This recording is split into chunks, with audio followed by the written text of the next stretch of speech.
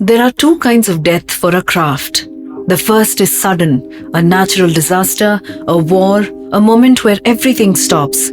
The second is slow, market forces, cheaper alternatives, younger generations walking away. And the Thanjavur Art Plate is dying the second death. Not because the skill is lost, but because the world no longer needs it the way it once did. Walk into any gift shop in Thanjavur. You will see art plates, dozens of them, bright, shiny, affordable, and almost all of them are fake. Not brass, copper and silver, but German silver, a cheap alloy, machine-pressed, mass-produced. From a distance they look the same, the shine, the patterns, the metallic glow, but hold them, feel the weight, look at the details, and the difference becomes clear.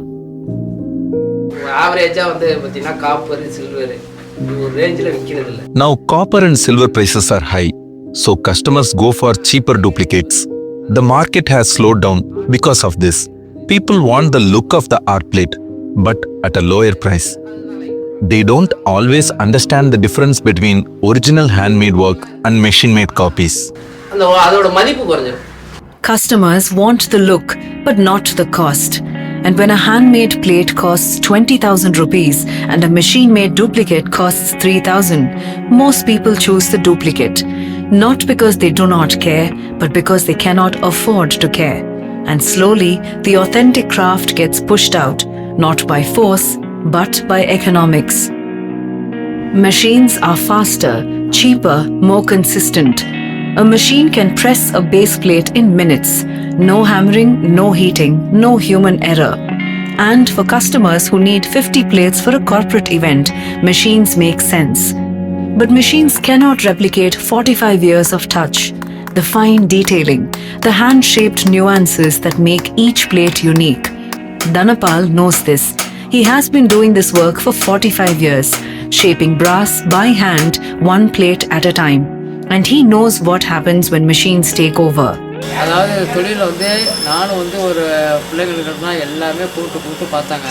I have tried teaching this to my children and others, but no one wants to come into this work. There is no money in this. The brass work causes irritation. The dust from the brass affects the hands. No one wants to enter this field. After me, this craft will likely end. After that, only die-pressed plates, machine-based plates will remain. After me, it will end. That is not a prediction, it is a statement of fact. Dhanapal is one of the last people in Thanjavur who still shapes brass plates entirely by hand. When he stops, that knowledge stops with him. His children did not learn, his apprentices did not stay. The next generation chose other paths. Not because they lack respect for the craft, but because the craft no longer offers a future. And when the last handmade artisan retires, the craft does not disappear completely. It transforms into something machine-made, faster, cheaper, less. And then came 2020. COVID-19, lockdowns, weddings cancelled, temples closed, corporate orders stopped. For 3 years, the orders dried up and artisans had to survive. Marimuthu turned to carpentry, building furniture, repairing doors, anything to keep the family going. His hands, trained to shape silver, learned to cut wood instead.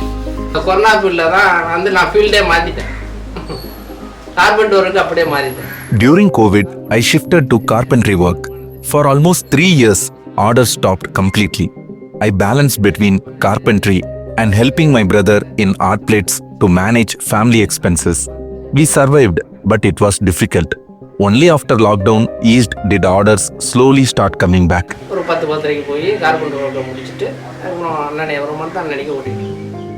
3 years. That is a long time for a craft to go silent. Some artisans did not return. They found other work, steadier income, less uncertainty. Marimuthu returned, but the market had changed. Customers were cautious, budgets were tight, and when people are choosing between handmade and affordable, affordable usually wins. In 2007, Thanjavur Art Plates received a GI tag. geographical indication, legal recognition, protection. It was supposed to help, to prevent fakes, to ensure only authentic plates could use the name. But a GI tag does not stop cheap alternatives. It does not create demand. It does not pay artisans bills. It is a certification, not a solution. And while the authentic artisans struggle, the fake plates keep selling because the tag matters to historians, not to customers.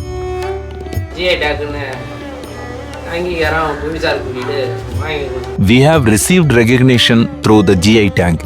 It gives us official status and authenticity. But in practical terms, it doesn't change the market much. Customers still choose based on price. The tag protects the name, but it doesn't protect the livelihood.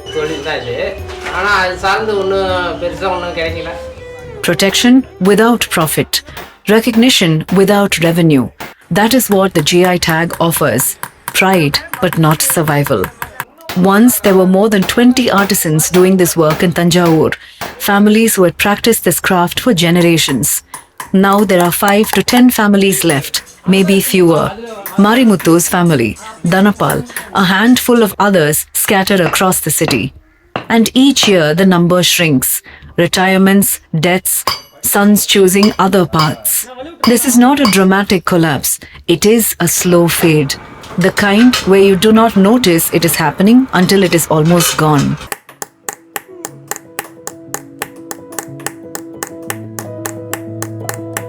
என் பேர் தனபால். இந்த தொழிலில் நான் 45 வருஷமாக இது பண்ணிகிட்ருக்கேன். My name is Dhanapal. I have been doing this work for 45 years. From my father's time, nearly 60 years ago, he was doing this work. I learned this alone. Earlier, there were more than 20 people doing this work. Now, most of the people who knows this work have aged and passed on. I am the only one left. இந்த வேலை இருக்கிறவங்களாம் வயசானவங்களாம் செத்து போய் இருக்கிறதுல இப்போ கடைசி இது நான் ஒரு ஆள் தான் இருக்கேன். I am the only one left. Not the only artisan, but the only one still doing it the old way. Entirely by hand, no shortcuts, no machines. Dhanapal carries 60 years of lineage. His father's knowledge, his grandfather's techniques, and when he stops, that lineage stops. Unless someone decides to learn, to stay, to carry it forward despite the economics, despite the stigma, despite the uncertainty. But so far, no one has. The threats are not dramatic. No fire, no ban, no government shutdown. Just economics, market forces, cheaper alternatives, younger generations choosing stability over heritage. And slowly, quietly, the craft fades. Not because the skill is lost, but because the world moved on. Marimuthu still works, hammers metals, shapes silver, delivers orders. But he knows what Dhanapal knows, what every surviving artisan knows, that they might be the last generation. That the plates they make today might be among the final handmade pieces ever created. And that knowledge, quiet, persistent, undeniable, is the heaviest threat of all.